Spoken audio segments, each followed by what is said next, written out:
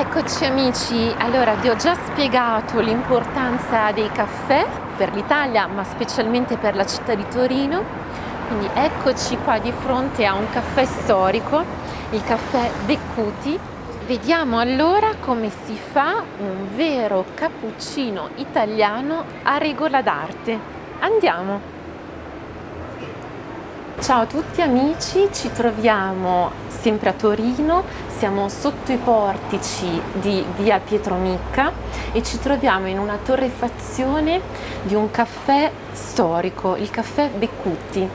È un caffè storico che esiste dal 1890 e siamo in compagnia di Pierluigi che ci spiegherà come si fa un vero cappuccino italiano. Allora, come si deve fare un cappuccino? Allora, essenzialmente ci vuole un caffè chiaramente italiano, un caffè lavorato in maniera italiana, dopodiché bisogna montare il latte. Il segreto è come viene montato il latte.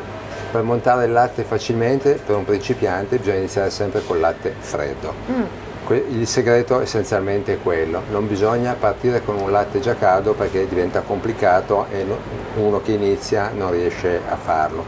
Quindi il latte freddo si monta il latte e poi chi è capace effettua dei disegni, si fanno dei disegni sul cappuccino, chi non è capace basta montarlo in maniera normale. Normale. Sì, E questo è per la teoria. E le chiedo troppo di magari farci vedere una dimostrazione pratica. Certo. Allora, prima si spurga i resti del caffè vecchio perché sennò diventano bruciato.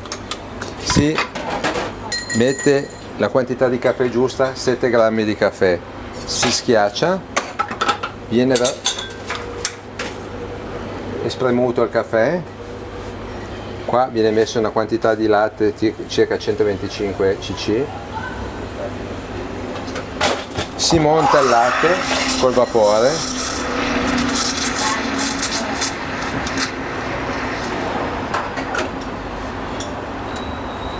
Si lascia qualche secondo il caffè stando un attimo fermo si riprende,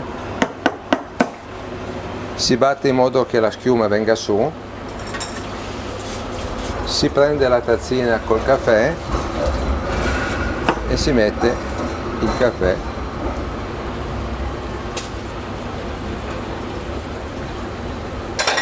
nella tazzina. E grazie mille, ed ecco un perfetto cappuccino vero italiano.